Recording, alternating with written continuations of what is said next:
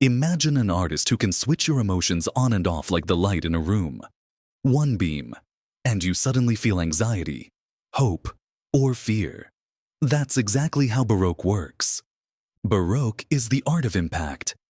It doesn't politely ask the viewer to understand the meaning in a calm, detached way. It pulls you in. It bursts in. It places you so close to the event that it feels like one more step, and you're inside the scene. If the Renaissance is often associated with harmony and clarity, Baroque is associated with drama, motion, and tension. The composition never seems still. Light becomes the director. Shadows hide what's unnecessary. Gestures speak louder than words. Today, we'll look at why Baroque emerged in this particular form, which techniques make it so powerful, and how different countries translated Baroque into their own visual language. And yes, why Baroque still lives on in cinema, advertising, and music videos. Because it's an aesthetic of persuasion. Baroque takes shape in the 17th century Europe, a time of intense change.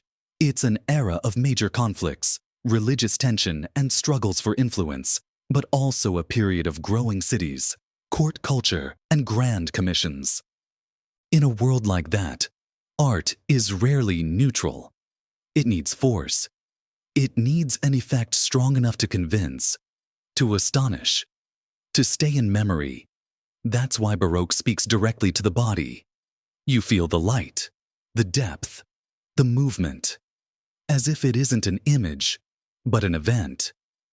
At the same time, art becomes more public. Churches, palaces, and urban projects want to impress. The artist is no longer merely someone who depicts. He becomes a stage director of spectacle.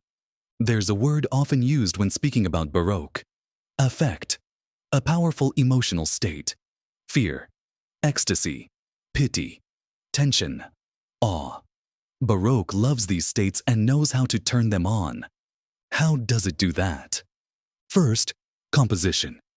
Renaissance art often builds a stable harmony, while Baroque prefers diagonals, twists, spirals. Your eye doesn't rest.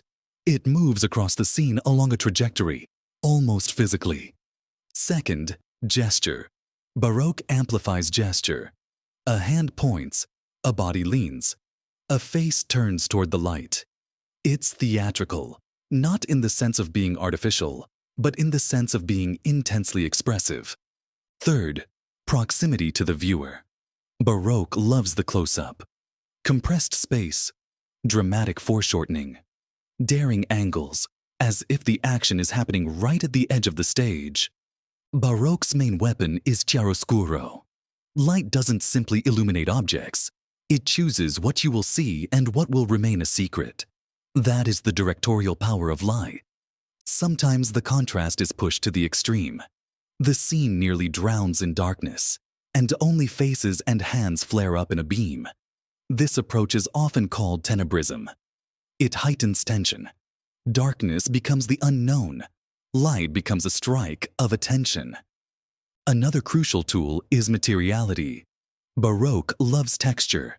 The gleam of metal, the transparency of glass, the velvet of fabric, the weight of drapery. It isn't just pretty. It creates a sense of reality and the richness of the world. A third tool is movement. Even when figures are standing still, everything feels in motion. Diagonals, swirling fabric, a torso twisting, a head turning. Baroque captures the instant when action is about to continue. To see Baroque in different registers, it's enough to compare a few towering names of the era. Caravaggio is often mentioned when we talk about the harsh clash of light and shadow. His approach makes a scene physically tangible. Faces in the light feel almost within reach, while the background disappears into darkness.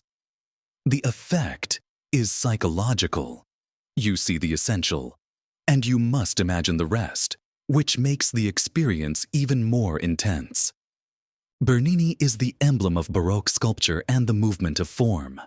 His works can look as if marble has become soft. Fabric flies, the body turns, Emotion freezes at its peak. Rubens is energy and scale. His compositions breathe. Bodies surge with movement, and color and light create the heat of life.